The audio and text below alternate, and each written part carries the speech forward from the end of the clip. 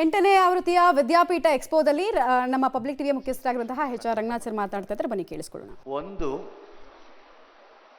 ಇನ್ಸ್ಟಿಟ್ಯೂಷನ್ಸ್ನ ಹೆಚ್ಚಿನ ಸಂಖ್ಯೆಯಲ್ಲಿ ಕರ್ಕೊಂಬರೋದು ಅಂತಂದರೆ ಅದು ಎರಡು ಅಂಶಗಳನ್ನು ತೋರಿಸುತ್ತೆ. Number 1, education still a growing ಸೆಕ್ಟಾರ್ನಲ್ಲಿ ಇನ್ನೂ ಇದೆ. Everybody wants to grow. ಹೊಸೊಬ್ಬರು ಒಳಕ್ಕೆ ಬರೋಕ್ಕೆ ಜಾಗ ಇದೆಯೇನೋ ಅಂತ ಒಂದನ್ನು ಅನಿಸುತ್ತೆ. ಇಲ್ಲಿದ್ರೆ ನಂಬರ್ಸ್ ಇಳಿತಾ ಹೋಗ್ಬಿಡುತ್ತೆ. ಎರಡನೇದು ಏನು ಅಂತಂದರೆ, ಯಾರು ಆರ್ಗನೈಸ್ ಮಾಡ್ತಿರ್ತಾರೆ ಸಾಮಾನ್ಯವಾಗಿ ಈ ಪ್ರಕರಣದಲ್ಲಿ ನಾವಿರಬಹುದು, ಒಂದು ಹೆಚ್ಚಿನ ಟ್ರಸ್ಟ್ ವ್ಯಾಲ್ಯೂ ಇರಬೇಕು. ಆಗ ಸಂಸ್ಥೆಗಳು ಹೆಚ್ಚು ಬರ್ತಾರೆ, ಜನನೂ ಬರ್ತಾರೆ. ಈ ರೀತಿಯ ಎಜುಕೇಷನ್ ಎಕ್ಸ್ಪೋಗಳು ನಮ್ದೊಂದೇ ಈ ಪ್ರಪಂಚಕ್ಕೆ ಅಂತ ನಾನೇನು ಹೇಳ್ತಿಲ್ಲ. ನಮ್ಮ ಥರನೇ ಬಹಳ ಬೇರೆಯವರು ಮಾಡ್ತಿರ್ತಾರೆ. ಆದರೆ ನಮ್ಮಲ್ಲಿ ಒಂದು ಪ್ಯಾಷನ್ನು ಒಂದು ಎಕ್ಸ್ಟ್ರಾ ಓಡ್ತಾ ಇರುತ್ತೆ. ಇಲ್ಲಿ ಭಾಳ ದೊಡ್ಡ ಆಸಕ್ತಿಯಿಂದ ಮಾಡಿದ್ದಾರೆ ನಮ್ಮಲ್ಲಿ. ಆ ಕಾರಣಕ್ಕೆ ನನಗೆ ಇಲ್ಲಿ ಹೆಚ್ಚಿನ ಸಕ್ಸಸ್ ಆಗತ್ತೆ ಅನ್ನೋ ನಂಬಿಕೆ ಮತ್ತು ವಿಶ್ವಾಸ. ಭವಿಷ್ಯದಲ್ಲಿ ಎಜುಕೇಷನ್ಗೆ ಏನಾಗತ್ತೆ ಅನ್ನೋದ್ರ ಬಗ್ಗೆ ಬಹಳ ಚಿಂತೆಗಳು, ಮಾತುಗಳು ನಡೀತಾ ಇದೆ. ಏನೇನೂ ಆಗೋಗತ್ತೆ ಅಂತ ಭಾಳ ಜನ ಅಂದ್ಕೊಂಡಿದ್ದಾರೆ. ಪರ್ಟಿಕ್ಯುಲರ್ಲಿ ಮೋಹನ್ ಹೇಳ್ತಾ ಇದ್ರು ಆರ್ಟಿಫಿಷಿಯಲ್ ಇಂಟೆಲಿಜೆನ್ಸು ಅಂತ. ನಾನು ನಮ್ಮದೇ ಫೀಲ್ಡಿಂದ ಒಂದು ಸಣ್ಣ ಎಕ್ಸಾಂಪಲ್ ಕೊಡ್ತೀನಿ ನಿಮ್ಗಳಿಗೆ. ಪೇಪರ್ಗಳು ಸಣ್ಣ ಪೇಪರ್ಗಳಿದ್ವು ಎಲ್ಲ ಕಡೆ, ಎಲ್ಲ ಡಿಸ್ಟ್ರಿಕ್ಟಲ್ಲಿ, ರಾಜ್ಯಗಳಲ್ಲಿ ಸಣ್ಣ ಪೇಪರ್ಗಳು ಇಷ್ಟಿಷ್ಟೇ ಆಗಲದ್ದು. ನಿಧಾನಕ್ಕೆ ದೊಡ್ಡ ಪೇಪರ್ಗಳು, ಇವತ್ತು ನೀವು ಓದ್ತಿರೋ ಬ್ರಾಡ್ ಶೀಟಲ್ಲಿ 4 ಪೇಜು 6 ಪೇಜ್ ಬಂತು. ಸೊ ಸಣ್ಣ ಪೇಪರ್ ಎಲ್ಲ ಸತ್ವು ಅಂದ್ಕೊಂಡ್ರು. ಪೇಪರ್ ಹೋದ ಮೇಲೆ ರೇಡಿಯೋ ಬಂತು. ರೇಡಿಯೋ ಬಂದಾಗ ಭಾಳ ಜನ ಅಂದ್ಕೊಂಡ್ರು ಪೇಪರ್ ಸತ್ತೋಗತ್ತೆ ಅಂದ್ಕೊಂಡ್ರು. ಪೇಪರ್ ಸಾಯಲಿಲ್ಲ, ಪೇಪರ್ ಉಳ್ಕೋತು, ರೇಡಿಯೋನೂ ಉಳ್ಕೋತು. ರೇಡಿಯೋ ಆದಮೇಲೆ TV ಬಂತು. ಇನ್ನು ರೇಡಿಯೋಗೆ ಜಾಗನೇ ಇಲ್ಲ, ಸತ್ತೋಗತ್ತದು ಅಂತ ಲೆಕ್ಕ ಹಾಕೋದು TV ಮುಂದೆ. ರೇಡಿಯೋ ಸತ್ತಿಲ್ಲ, ಇನ್ನೂ ಬದುಕಿದೆ. TVನೂ ಇದೆ. TV ಆದಮೇಲೆ ಇಂಟರ್ನೆಟ್ ಬಂದಾಗ ಇನ್ನು TV ಕತೆ ಮುಗೀತು ಅಂತ ಲೆಕ್ಕ ಹಾಕಿದ್ರು. ಬಟ್ TV ಸತ್ತಿಲ್ಲ, ಇಂಟರ್ನೆಟ್ಟು ಇದೆ. Internet 4G 5G 6G 10G 44G ಅಂತೆಲ್ಲ ಆಗ್ತಾ ಇದ್ದಾಗ, ನಿಮ್ಮ ಮೊಬೈಲ್ಗಳೇ TVಗಳಾದಾಗ ಅಥವಾ ಹ್ಯಾಂಡ್ ಹೆಲ್ಡ್ ನಾಲೆಡ್ಜ್ ಎಕ್ವಿಪ್ಮೆಂಟ್ ಆಗೋದಾಗದು, ಭಾಳ ಜನ ಅಂದ್ಕೊಂಡ್ರು ಇನ್ನು ಮುಗೀತು TV ಕತೆ, ಈಗ ಇನ್ನು ಮೊಬೈಲ್ ಮುಗೋದಿಲ್ಲ, ಇನ್ನೂ ಹಾಗೇ ಇದೆ. ಅದೇ ಥರ ನಮ್ಮ ಹೈಸ್ಕೂಲ್ಗಳಲ್ಲಿ ಕ್ಯಾಲ್ಕುಲೇಟರ್ ಬಂದಾಗ ನನ್ನ ಟೀಚರ್ಗಳು ಆ ಕ್ಯಾಲ್ಕುಲೇಟರ್ಗಳನ್ನು ಅಪೋಸ್ ಮಾಡಿದ್ರು. ಈಗಿನ ಮಕ್ಕಳುಗಳಿಗೆ ಅದು ಪ್ರಾಕ್ಟೀಸ್ ಇದೆಯೋ ಇಲ್ವೋ. FX ಅಂತ ಒಂದು ಸೀರೀಸಲ್ಲಿ ಈ ಕ್ಯಾಸಿಯೋನವ್ರದ್ದು ಕ್ಯಾಲ್ಕುಲೇಟರ್ಗಳು ಬರ್ತಾ ಇತ್ತು ಆ ಕಾಲದಲ್ಲಿ. ಅದನ್ನು ನಮ್ಗೆ ಅಲೋ ಮಾಡ್ತಿರ್ಲಿಲ್ಲ ಸ್ಕೂಲಲ್ಲಿ ಎಕ್ಸಾಮ್ಗೆ ಅಥವಾ ಈವನ್ ಕ್ಲಾಸ್ಗೆ ನಮ್ಗೆ ಅಲೋ ಮಾಡ್ತಿರ್ಲಿಲ್ಲ. ಅದನ್ನು ತಂದುಬಿಟ್ರೆ ಅನ್ಡ್ಯೂ ಅಡ್ವಾಂಟೇಜ್ ಸಿಕ್ಕಿಬಿಡುತ್ತೆ ಸ್ಟೂಡೆಂಟಿಗೆ ಅಂತವ್ರು ಕೊಡ್ತಿರ್ಲಿಲ್ಲ ಅದನ್ನು. Over A period of time it became N absolute instrument. ಅದು ಇಲ್ಲದೆ ಇದ್ರೆ ಕೆಲಸ ಮಾಡೋಕ್ಕಾಗಲ್ಲ ಅನ್ನೋ ಸ್ಟೇಜಿಗೆ ಬಂದ್ವಿ. ಅದಾದಮೇಲೆ ಕಂಪ್ಯೂಟರ್ ಬಂದಾಗ ಎವ್ರಿಬಡಿ ಟೋಲ್ಡ್ ಮೀ, ನನ್ನ ಆಫೀಸ್ನಲ್ಲಿ, ನಿಮ್ಮ ಜರ್ನಲಿಸ್ಟ್ಗಳ ಕತೆ ಮುಗೀತು ಅಂತ. ಮುಗಿದಿಲ್ಲ, ಕಂಪ್ಯೂಟರ್ ಇದೆ, ನಾವು ಜರ್ನಲಿಸ್ಟ್ಗಳು ಇದ್ದೀವಿ. ಹಾಗೇನೆ AI ಬಂದಾಗ ಬಹಳ ಜನ ಗಾಬರಿಲಿದ್ದಾರೆ, ಹೋಗ್ಬಿಡ್ತಾರೆ ಎಲ್ಲರೂ ಅಂತ. ಯಾರು ಎಲ್ಲೂ ಹೋಗಲ್ಲ, ಬಟ್ ಆಲ್ಟರ್ ಆಗತ್ತೆ. We need to readjust ourselves. We have to ನಾವು ರೀಅಡ್ಜಸ್ಟ್ ಆಗಬೇಕು. ಆ ರೀಅಡ್ಜಸ್ಟ್ಮೆಂಟ್ ಪ್ರಾಸೆಸ್ಸನ್ನು ಹ್ಯೂಮನ್ ಬೀಯಿಂಗು, ಮನುಷ್ಯ ಮಾಡೋಕೆ ಅವನಿಗೆ ಶಕ್ತಿ ಇದೆ. ಅವನು ಮಾಡ್ಕೋತಾನೆ ಅದನ್ನು. ಬಟ್ ಅದು ಆಗಲಿಕ್ಕೆ ನಮ್ಮ ಹುಡುಗರುಗಳು ತಯಾರಿ ಮಾಡ್ಕೋಬೇಕು. ಸಾಫ್ಟ್ವೇರ್ ಬಂದಾಗ ಇನ್ನಾಗೋಯ್ತು, ಅಲ್ಟಿಮೇಟು ಸ್ವರ್ಗ ಎಂದರೆ ಸಾಫ್ಟ್ವೇರು, ಆ ಲೆವೆಲಲ್ಲಿ ಇದ್ವಿಪ್ಪ. ಬಟ್ ಈಗ ಹಂಗಲ್ಲ. ಸಾಫ್ಟ್ವೇರಿನ ಮೀರಿಸಬಹುದಾದ ಶಿಕ್ಷಣ ಬಂದುಬಿಟ್ಟಿದೆ, ಅದನ್ನು ಮೀರಿಸಬಹುದಾದ ಕೋರ್ಸ್ಗಳು ಬಂದಿವೆ. ಈಗೆಲ್ಲ ಹೊಸದಾಗಿ ಯಾರು ಕೇಳಿದ್ರೆ, ಯಾರು ತಂದೆ ತಾಯಿ ಹಿಂದೆ ಎಲ್ಲ ನಿಮ್ಮ ಮಗ ಏನು ಅಂದರೆ, ನನ್ನ ಮಗ ಸಾಫ್ಟ್ವೇರ್ ಇಂಜಿನಿಯರ್ ಅಂತಿದ್ರು. ಇನ್ನು ಸ್ವಲ್ಪ ದಿನ ಬಿಟ್ಟರೆ ನಿಮ್ಮ ಮಗ ಏನ್ರಿ, ನನ್ನ ಮಗ AI ಇಂಜಿನಿಯರ್ ಅಂತ ಹೇಳಬಹುದು. ಐ ಆಮ್ ನಾಟ್ ಸೇಯಿಂಗ್ ಅವ್ರು ಹೇಳಲ್ಲ ಅಂತ, but that's not ultimate. Human strength ಏನಿದೆ is to survive. Human strength ಏನಿದೆ is to evolve. Human strength ಏನಿದೆ is to readjust. That is how ನಮ್ಮ ಹ್ಯೂಮನ್ ಎವಲ್ಯೂಷನ್ ಆಗಿರೋದು. ಹಾಗಾಗಿ AI ಆಗಲಿ ಮತ್ತೊಂದಾಗಲಿ ನೀವು ರೀಅಡ್ಜಸ್ಟ್ ಆಗಬೇಕು. ನಿಮ್ಮ ಎಜುಕೇಷನ್ ಥಾಟ್ಸನ್ನು ರೀಡೂ ಮಾಡ್ಕೋಬೇಕು ಮನಸ್ಸಿನೊಳಗಡೆ, ಆಗ ಸಾಧ್ಯ ಇದೆ. ಇಲ್ದಿದ್ರೆ AIಗೆ ಹೆದರ್ಕೊಂಡು ಎಲ್ಲರೂ ಏನೋ ಎಲ್ಲ ಮುಗದೇ ಹೋಯ್ತು ಪ್ರಪಂಚ ಅಂತ ಅನ್ಕೋಬೇಡಿ. ಹಂಗಾಗ್ಲಿಕ್ಕಿಲ್ಲ ಅಂತ ನನ್ನ ಭಾವನೆ ಅಥವಾ ನನ್ನ ಅನಿಸಿಕೆ. ಇನ್ನು ಈ ವಿದ್ಯಾಪೀಠ ಸ್ಟಾರ್ಟ್ ಮಾಡಿದಾಗ ನೀವು ಅದನ್ನು ಗಮನಿಸಿ ಒಂದನ್ನು. ಈ ವರ್ಷಕ್ಕೆ ಇದನ್ನು ಹೇಳ್ಬೋದು ಅನ್ಸತ್ತೆ, ಅಷ್ಟು ವರ್ಷ ಕಳೀತೀಗಿದು. ಇಂಡಿಯಾನಲ್ಲಿ ನೀವು ಇಲ್ಲಿ ಗಮನಿಸ್ತಾ ಇದ್ದಾಗ ಲಾರ್ಜ್ಲಿ ಎಲ್ಲ ಪ್ರೈವೇಟ್ ಯೂನಿವರ್ಸಿಟಿಗಳೇ. ನೀವು ಇಲ್ಲಿ ಒಳಗಡೆಗೆ ಒಂದು ರೌಂಡ್ ಹಾಕ್ಕೊಂಡು ಬಂದರೆ ಲಾರ್ಜ್ಲಿ ಎಲ್ಲ ಪ್ರೈವೇಟ್ ಯೂನಿವರ್ಸಿಟೀಸ್. ಈ ಸಿಚುಯೇಷನನ್ನು ಪೇರೆಂಟ್ಸ್ ಮುಂದೆ ನಾವು 25 ವರ್ಷದಿಂದ ಇಟ್ಟಿದ್ದಿದ್ದಿದ್ರೆ maybe they would not have accepted it. Maybe. Look at the way education has grown, parents have evolved and students have accepted it.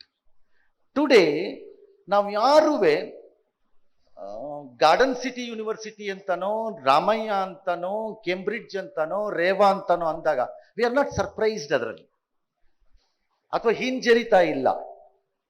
ನಮ್ಗೆ ಯಾವುದೋ ಒಂದು ಸರ್ಕಾರಿ ಬೇಸ್ಡ್ ಯೂನಿವರ್ಸಿಟಿನೇ ಬೇಕು ಅನ್ನೋ ಹಿಂಜರಿತಾ ಇಲ್ಲ.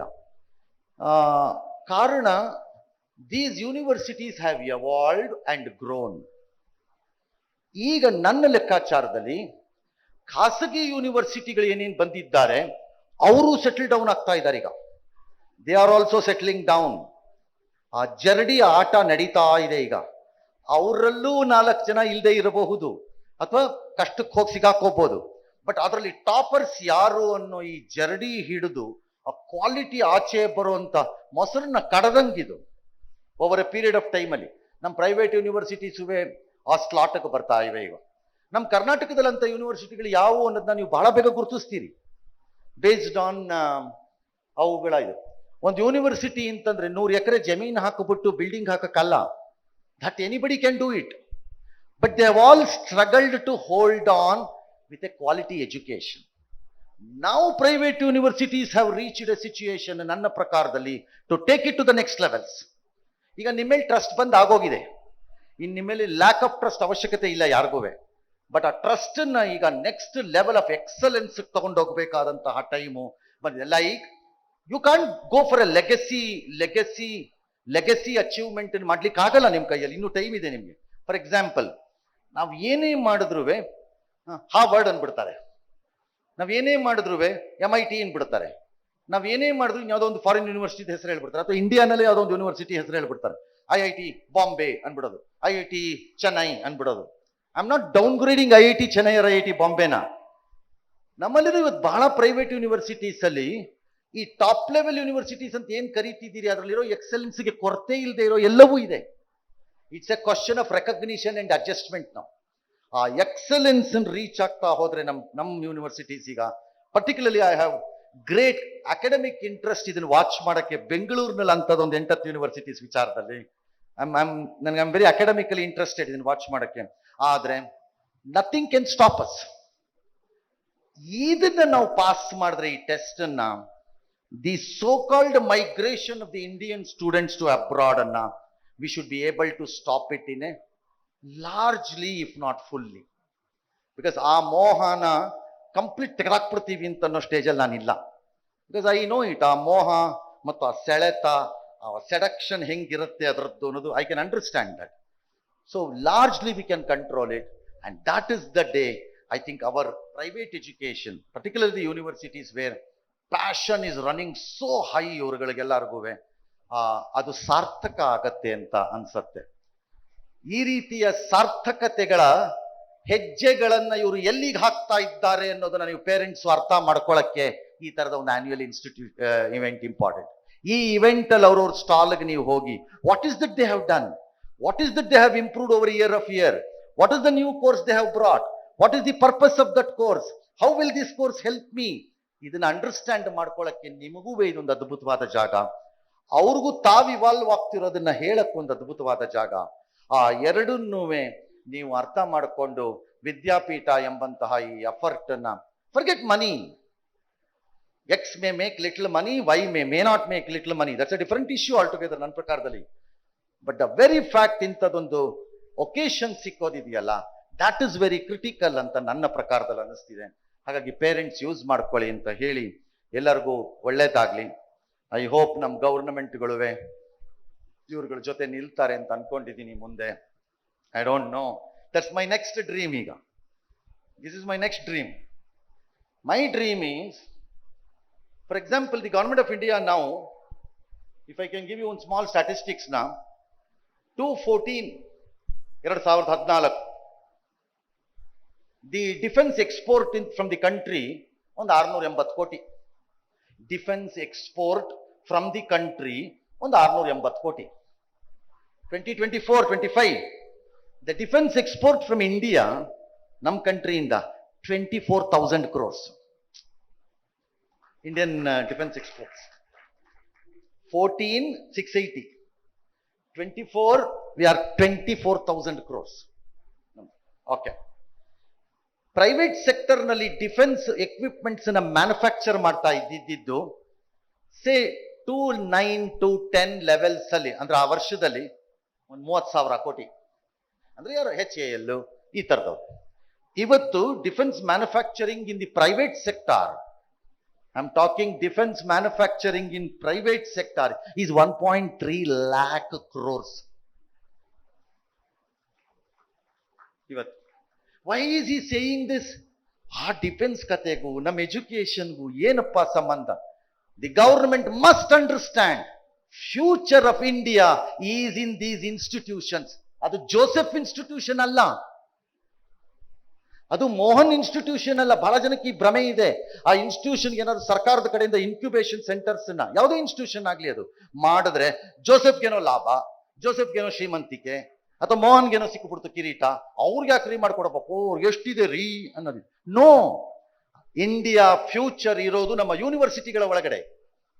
Because degree is gone. Forget it in main the degrees ನ. ನೀವು ಡಿಗ್ರಿಗಳು will do nothing to you. Masters is the standard. ಇನ್ನು ಮುಂದಕ್ಕೆ degree is not the standard, masters is the standard. Next, ಹಳೆ ಕಾಲದಲ್ಲಿ ಪೋಸ್ಟಲ್ ಡಿಪಾರ್ಟ್ಮೆಂಟ್ ಸೇರ್ಕೋಬೇಕು ಅಂತಂದ್ರೆ SLC ಸಾಕಪ್ಪ ಅಂತಿದ್ರು ಪೋಸ್ಟಲ್ ಡಿಪಾರ್ಟ್ಮೆಂಟ್ ಸೇರಕ್ಕೆ. ಈಗ SLC ಆಗಲ್ಲ, ನೆಕ್ಸ್ಟ್ ಡಿಗ್ರಿ ಆಯ್ತು. ಈಗ ಡಿಗ್ರಿ ಅಲ್ಲ, ಇನ್ಮೇಲಿಂದ ಮಾಸ್ಟರ್ಸ್ ಈಸ್ ದಿ ಸ್ಟ್ಯಾಂಡರ್ಡ್. ಈ ಮಾಸ್ಟರ್ಸಿನ ಇನ್ಕ್ಯುಬೇಷನ್ ಆಗೋದು, ಹೊಸ ಇನೋವೇಷನ್ಸ್ ಆಗೋದು, ಹೊಸ ಲ್ಯಾಬ್ಸ್ ಆಗೋದು, ಈ ಎಲ್ಲವೂ ಆಗಬೇಕು ಅಂದ್ರೆ government must step into the private universities. I am not talking public university. They must in ಒಳಗೆ ಬರ್ಬೇಕು. ಅದನ್ನ ಅವರು ಮೋಹನ್ ಅವ್ರಿಗೆ ಲಾಭ, ಜೋಸೆಫ್ ಲಾಭ, ಶ್ಯಾಮರಾಜುಗೆ ಲಾಭ, ಅಥವಾ ಇಲ್ಲಿ ಯಾವುದೇ ಇನ್ಸ್ಟಿಟ್ಯೂಷನ್ ಇದ್ರೆ ಅವ್ರಿಗೆ ಲಾಭ ಅಂತ ಪರಿಗಣಿಸಬಾರ್ದು. ಈ ಲೆವೆಲ್ ಆಫ್ ಥಾಟ್ಸ್ ಸ್ಟಾರ್ಟ್ ಆಗಬೇಕು. ಅದಾಗತ್ತೆ ಅನ್ಕೊಂಡಿದ್ದೀನಿ. ಈಗ ನೀವು ಇಲ್ಲಿ ಭಾಷಣ ಮಾಡಿದ್ರೆ ಏನು ಪ್ರಯೋಜನ, ಅದಾಗತ್ತಾ ಅಂತ ಯಾರು ಅನ್ಕೋಬಹುದು. ಹಂಗೆ ಅನ್ಕೋಬೇಡಿ. ನಾನು ಅಂಥ ಕೆಲಸ ತರಲೆ ಮಾಡ್ತಾ ಇರ್ತೀನಿ. ನಾನು ಆ ತರಲೆಯ ಒಂದು ಭಾಗ ನಾನು ಈಗಾಗಲೇ ಪ್ರಾರಂಭ ಮಾಡಿದ್ದೀನಿ. ಆಕ್ಚುಲ್ ಆಗಿ ಹೇಳ್ಬೇಕು, ಅದರಿಂದ ಏನಾಗುತ್ತೋ ಬಿಡುತ್ತೋ ಗೊತ್ತಿಲ್ಲ, but I will do it. ನಾನು ಸುಮ್ಮನಿರಲ್ಲ, ನಾನು ಮಾಡ್ತೀನಿ ಆ ಕೆಲಸನ. ಹಂಗಾಗಿ ನೀವೆಲ್ಲ ನಮ್ಮ ಜೊತೆ ಪದೇ ಪದೇ ಎವ್ರಿ ಇಯರ್ ಸೇರ್ಕೋತೀರಿ. Every year you are showing up your improvements ಅನ್ನು. A stagnated university or any educational institution will have no future ಮುಂದಕ್ಕೆ. You need to keep innovating. You need to keep more creative. ಆಗ ಆಗ್ಲಿಕ್ಕೆ ಸಾಧ್ಯ ಇದೆ ಅನ್ಸುತ್ತೆ. I hope all of you will do well. ನಮ್ಮ universities have reached a situation where we can proudly say we have these institutions today. ನಮ್ಮಲ್ಲಿ ಇದೆ ಇಂಥ institutions ಅಂತ. No longer we have to bow our head in shame. We have such private universities which we should focus, which we should showcase as an Indian institution in future. Indian institutions ಆಗಿ ಮಾಡಬೇಕು.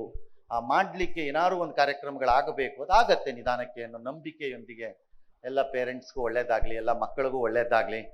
ಕೆಲವು ಮಕ್ಕಳು ನನ್ನ ಮಗುಗೆ 88% ಅಂತ ಯಾರೋ ಹೇಳ್ತಿದ್ರು. Don't worry, ತಲೆ ಕೆಡ್ಸ್ಕೊಬೇಡಿ. ನನಗೆ 88 ಬಂದಿರಲಿಲ್ಲ ನನಗೆ. ಹಾಗಾಗಿ ನಾನು ಚೆನ್ನಾಗಿದ್ದೀನಿ ಅಂತ ನಿಮ್ಗೆ ನಂಬಿಕೆ ಇದ್ದರೆ ನಿಮ್ಮ ಮಗುನೂ ಚೆನ್ನಾಗಿರುತ್ತೆ ಅಂತ ನಂಬಿಕೆಯಲ್ಲಿರಿ. ಎಲ್ಲರಿಗೂ ಒಳ್ಳೆಯದಾಗಲಿ. ನಮಸ್ಕಾರ. ಈಗಷ್ಟೇ HR ರಂಗನಾಥ್ ಸರ್ ಮಾತಾಡ್ತಾ ಇದ್ರು, ಅಂದ್ರೆ ಎಜುಕೇಶನ್ ನ ಎವಾಲ್ವ್ಮೆಂಟ್ ಹೇಗಿದೆ, ಹೇಗಾಗಬೇಕು, ಮುಂದಿನ ಸರ್ಕಾರದ ಜವಾಬ್ದಾರಿಗಳು ಕೂಡ ಯಾವುದಿದೆ ಅನ್ನೋದನ್ನೆಲ್ಲ ಅವರು ಎಕ್ಸ್ಪ್ಲೈನ್ ಮಾಡ್ತಾ ಇದ್ರು.